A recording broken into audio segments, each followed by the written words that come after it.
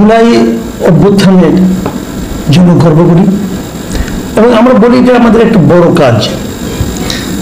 এবং এই অভ্যুত্থান, এই গণ আন্দোলন করতে গিয়ে যারা নিহত হয়েছেন, যারা আহত হয়েছেন, তাদের তালিকা করতে না পারাটা, যথাযথ তালিকা করতে না পারাটা, আমি বিভিন্ন সময় বলেছি এটা এই সরকারের একটা বড় ব্যর্থতা। তারপরও কিছু লোক আহত হিসাবে নিজেদের নাম অন্তর্ভুক্ত করেছেন, নিজেরা এসে করেছেন, আবার কিছু নাম শহীদ হিসেবেও কিন্তু অন্তর্ভুক্ত হয়েছে। এখন এতদিন পরে এসে দেখা যাচ্ছে এখানে প্রচুর ভুল ভ্রান্তি আছে। যিনি এই জুলাই গণ অভ্যুত্থানে শহীদ হননি, অন্য কোনো সময় অন্য কোনো ঘটনায় মারা গেছেন, কেউ সড়ক দুর্ঘটনায় মারা গেছেন, কেউ ছিনতাই করতে গিয়ে গণপিটুনিতে মারা গেছেন, কেউ আবার নিজেই অস্ত্র লুট করে ফেরার সময় নিজের অস্ত্রের গুলিতে লেগে রক্তক্ষরণে মারা গেছেন, এরকম অনেক ঘটনা। তাদের নামও কিন্তু শহীদ হিসাবে, জুলাই অভ্যুত্থানের শহীদ হিসাবে তালিকায় নাম অন্তর্ভুক্ত হয়েছে।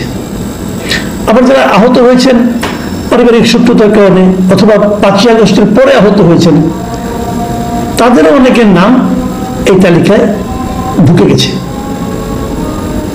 এটা কেন ঘটলো, কিভাবে ঘটলো, এবং এই যে অভিযোগগুলো ঢুকে গেছে কথাটা আমি বললাম, ওটা আমি পেলাম কোথায়? এ সংক্রান্ত একটা প্রতিবেদন আজকে আমি পেলাম। এটা একটা অনলাইন পত্রিকা বাংলা নিউজ তারা করেছে এবং রিপোর্টার ছিল রেজাউল করিম রাজা, উনি এটা সিনিয়র করেসপন্ডেন্ট। এই রিপোর্টারকে আমি ধন্যবাদ জানাচ্ছি যে উনি একটা অত্যন্ত গুরুত্বপূর্ণ নিউজ ব্রেক করেছেন এবং এই নিউজটাতে আমি দেখতে পাচ্ছি বেশ কিছু ঘটনাবলী কিন্তু এখানে বর্ণনা করেছেন। যেমন ধরা যাক, আমি দু একটা ঘটনা আপনাদেরকে পড়ে শোনাই। যেমন ধরা যাক, উত্তরা 5 নম্বর সেক্টরে মোহাম্মদ ইলিয়াস হোসেন হিরণ তার বাড়িতে গত বছরের 7 আগস্টে পূর্ব শত্রুতার জেরে কিছু লোক হামলা করে। সেই হামলায় তিনি আহত হন। পরে মেডিকেল ডকুমেন্ট জালিয়াতির মাধ্যমে নিজেকে জুলাই যোদ্ধা হিসেবে তালিকাভুক্ত করেন এবং সরকারের কাছ থেকে 2 লাখ টাকা চেকও নিয়ে যান। মানে ভদ্রলোক আহত হয়েছে 7 তারিখে, মানে 5 আগস্টের পরে। সেই লোক ওই তার যে চিকিৎসার কাগজপত্র দেখিয়ে অলরেডি তালিকাভুক্ত হয়েছে এবং সরকারের কাছ থেকে 2 লাখ টাকাও নিয়ে চলে গেছে। এরকম আরেক লোক মোহাম্মদপুরের জাফরাবাদের মোহাম্মদ লিটন, সে করেছে কি 14 জুলাই সে রাজু ভাস্কর্যের সামনে আন্দোলনে আহত হয়েছে বলে দাবি করে। পরে আবার কখনো বলে ঢাকা বিশ্ববিদ্যালয়ের বিজয় 71 হলের সামনে আহত হয়েছে। প্রকৃতপক্ষে তিনি জুলাই বিপ্লবে আহত হননি। তিনিও প্রতারণা করে কিন্তু নিজের নাম এই তালিকা লিখিয়েছেন এবং 1 লাখ টাকা নিয়ে নিয়েছেন। আবার ধরেন নোয়াখালী এলাকায় চাটখিলে মোহাম্মদ হাবিবুর রহমানের ছিলেন মোহাম্মদ ইমতিয়াজ হোসেন, তিনি একটি কুরিয়ার সার্ভিসের কর্মী ছিলেন। 5 আগস্ট সরকারের পতনের পর পতন হলে তিনি চাটখিল থানা লুট করতে গিয়ে একটি অস্ত্র নিয়ে পালিয়ে যান। পরে পথে অসাবধানতায় লুট করা অস্ত্র দিয়ে নিজের পায়ে গুলিবিদ্ধ হন। এরপর অতিরিক্ত রক্তক্ষরণে তার মৃত্যু হয়। তিনিও জুলাই অভ্যুত্থানের শহীদের নামের তালিকায় নিজের নাম, মানে তার নাম বসিয়ে দেওয়া হয়েছে, তার আত্মীয় স্বজন এই কাজটা করেছেন। একই রকম ডেমরার বহিরটেঙ্গা এলাকার মোহাম্মদ সেকান্দর আলীর ছেলে আবু সাইদ গত বছরের 9 আগস্ট, মানে 5 আগস্টের 4 দিন পরে 9 আগস্ট শুক্রবার এলাকায় চাঁদাবাজি করতে গিয়ে গণপিটুনিতে নিহত হন। শহীদের নামের তালিকায় আবু সাইদ যুক্ত হয়েছেন, মানে তার পরিবার টাকা পয়সা পাবে। এরকম কিন্তু অনেক ঘটনা ঘটেছে। যেমন যাত্রাবাড়িতে 13 আগস্ট, মানে ওই ঘটনারও 8 দিন পরে পড়াটা আনতে গিয়ে মোটরসাইকেল দুর্ঘটনায় মারা যান হলো বিজয় নামে এক লোক, তার নাম এই শহীদের তালিকায় আছে। তো এরকম আরো অনেক, এই ফিরিস্তিতে থেকে অনেক বড় হয়ে যাবে। এই যে এত লোকের নামগুলি আছে, এগুলি কিভাবে ঢুকলো, কেন ঢুকতে পারলো? দেখেন ওই সেই মুক্তিযুদ্ধের ইতিহাস, কিন্তু যে মুক্তিযোদ্ধার তালিকা করতে যে প্রতিদিনই মুক্তিযোদ্ধার তালিকায় বাড়ে। এমনও দেখা গেছে যে বাবা মার বিয়ে হয়েছে মুক্তিযুদ্ধের পরে, তার সত্ত্বেও অনেকে মুক্তিযুদ্ধ হয়ে গেছে। আবার একটা দেখেছিলাম, যিনি ছিলেন রাজাকার শান্তি কমিটির লিডার ছিলেন, তিনিও মুক্তিযুদ্ধ হয়ে গেছেন এবং তার নামে সরকার আবার এলাকায় একটা মুক্তিযুদ্ধের নামে বিদ্যা প্রতিষ্ঠান করছিলেন। এরকম অনেক জালিয়াতি আমরা দেখছি। এখন প্রশ্ন হচ্ছে, এই ঘটনাগুলি ঘটে কেন? এটা হলো সমস্যা হচ্ছে মাথায়, মানে মানসিকতার সমস্যা।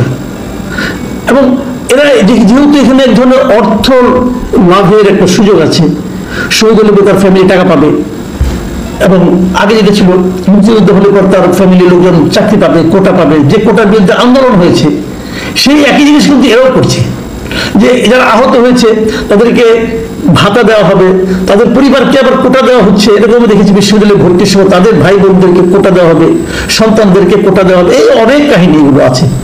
তার মানে যে জিনিস যদি বলে না যে লাউ সেই কদু, ওই হচ্ছিল আর কি, এখনো তাই হচ্ছে।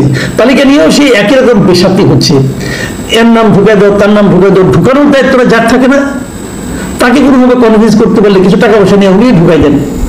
এবার তো নাম টাম ঢুকছে বহুত বিচিত্র উপায়ে, সিভিল সার্জন হাসপাতাল থেকে ওই কে আহত হয়েছে হাসপাতালের সার্টিফিকেট দিয়ে ওটাতে তার নাম করছে, কিন্তু পুরো জিনিসটাই আসলে ছিল ভুলে ভরা।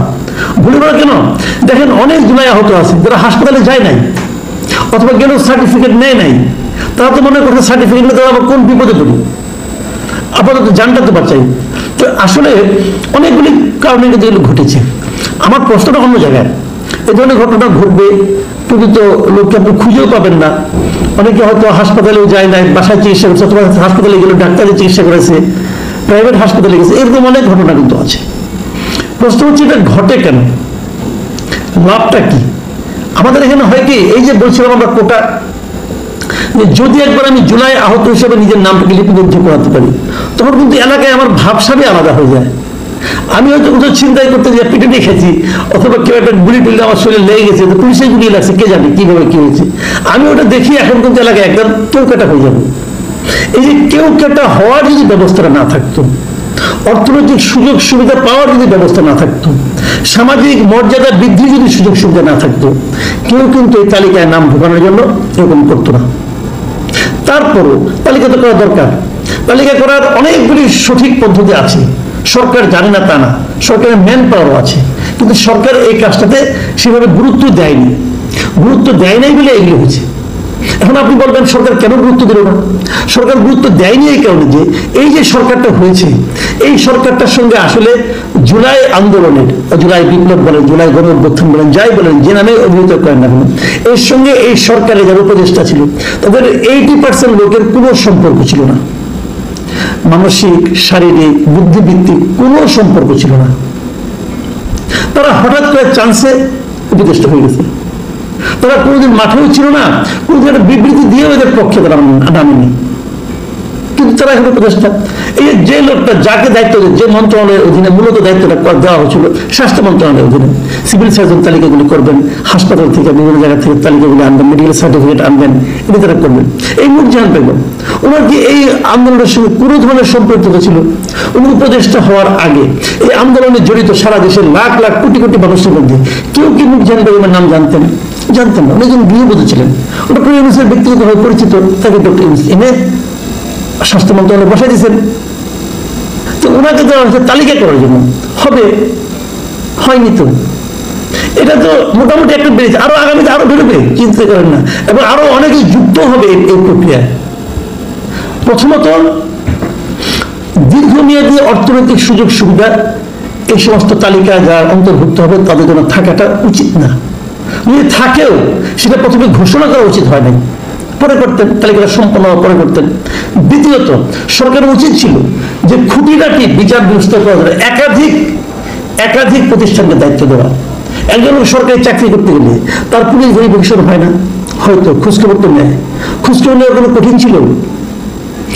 সরকারের বিভিন্ন প্রতিষ্ঠানকে খোঁজখবর নেওয়ার জন্য লাগাতে পারতো, তারা ক্রস চেক করতে পারতো, একজনের কাছে তালিকা আনলো আরেকজনের আর তালিকা দিল, ক্রস চেক করতে পারতো, তা করেনি। আমলাতন্ত্রের উপর নির্ভর করা হয়েছে, প্রশাসনের উপর নির্ভর করা হয়েছে। আমাদের প্রশাসনের যে করাপ্ট প্রশাসন পৃথিবীতে আছে কিনা সন্দেহ, একটা করাপ্ট প্রশাসনকে দায়িত্ব দেওয়া হয়েছিল একটা মহৎ কাজ করার জন্য, ফলে যা হবার তাই হয়েছে। সবচেয়ে বড় কথা হলো এই সরকার এই বিষয়টাকে আসলে তেমন কোনো গুরুত্বই দেয়নি। এই সরকার নিজেদের ধান্দা নিয়েছিল সবাই, তো যারা নাকি নিজেদের অন্য ধান্দা নিয়ে থাকে তারা এই ধরনের বড় কাজ কিভাবে করবে, তাই হয়েছে। আমি খালি ফিনিশিং এই কথাটাই বলবো যে একটা আন্দোলনের ফসল হিসাবে, আন্দোলনের বেনিফিশিয়ারি হিসাবে যারা সরকারে অধিষ্ঠিত হয়েছেন তাদের তো উচিত ছিল যে সেই আন্দোলনের ইতিহাসটাকে যথাযথভাবে সংরক্ষণ করা। এই জুলাই আন্দোলনের প্রত্যেকটা শহীদ কিন্তু জুলাই আন্দোলনের ইতিহাসের অংশ, প্রত্যেকজন আহত ইতিহাসের অংশ। তাদের সঙ্গে যোগাযোগ করে, তাদের সঙ্গে কথা বলে, তারা কিভাবে আহত হয়েছেন, কি করেছেন না করেছেন, এগুলো নিয়ে তো একটা ইতিহাস হতে পারত। সেই চেষ্টা কেউ করেছে? কেউ করেনি, সরকার করেনি, পুরোটা পলিটিক্যাল পার্টিও করেনি। হ্যাঁ, আমি এই ক্ষেত্রে প্রশংসা করবো জামাতে ইসলামী। জামাতে ইসলামী কিন্তু একটা বই বের করেছে, একটা না, প্রায় 10 খণ্ডের 10টা বই বের করেছে যারা আহত হয়েছে তাদের তালিকা, এবং সেটাও অসম্পূর্ণ।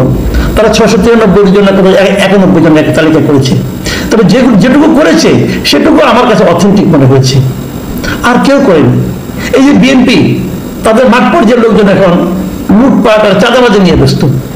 বিএনপিতে পারতো এই লোকগুলিকে কাজে লাগাতে। 10 জায়গা থেকে 10টা তালিকা আসলে সেটা নিয়েও তো করে চেক অ্যান্ড ব্যালেন্স করতো। যেগুলো হুবহু মিলে যেত সেগুলো রাখতো, যেগুলো মিলতো না সেগুলো সরকার নিজে চেক করতো। আসলে যদি আকাঙ্ক্ষা না থাকে, ইচ্ছা না থাকে, আন্তরিকতা না থাকে, তাহলে বড় কাজ হয় না। এই সরকার এই বড় কাজটা, গুরুত্বপূর্ণ বড় কাজটা করতে পারেনি, মিজারেবলি ফেল করেছে। যে সরকার এই ধরনের একটা কাজই করতে পারে না, তারা অন্যান্য গুরুত্বপূর্ণ কাজ কিভাবে করবে আমি জানি না।